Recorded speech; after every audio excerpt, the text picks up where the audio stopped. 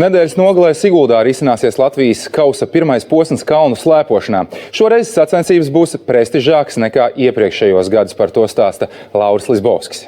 Pirmo reizi vēsturē Latvijas kausa izcīņa būs ar FIS statusu. Tātad svētdien klasiskajā slalomā junioru un elites grupā dalībnieki cīnīsies arī par Starptautiskās slēpošanas federācijas reitinga punktiem.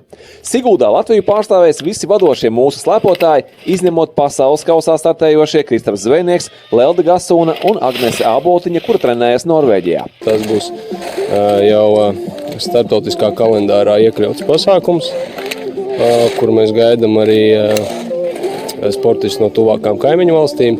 Un līdz ar to, protams, papildus motivācija šeit gatavoties ir arī Latvijas izlasē, tāpēc mēs te esam šodien. Un jau vakardien faktiski sākām gatavoties tieši ar kalnu sagatavošanas visu procedūras. Sniegs šobrīd izskatās ideāls. Griezieni sanāk labi, sportisti ir gatavi un gaidām savus konkurentus. Jā, es domāju, būs labi. Nevar zināt, kā pārējais meitenes jūtās. Tāpēc Latvijā viss iespējams.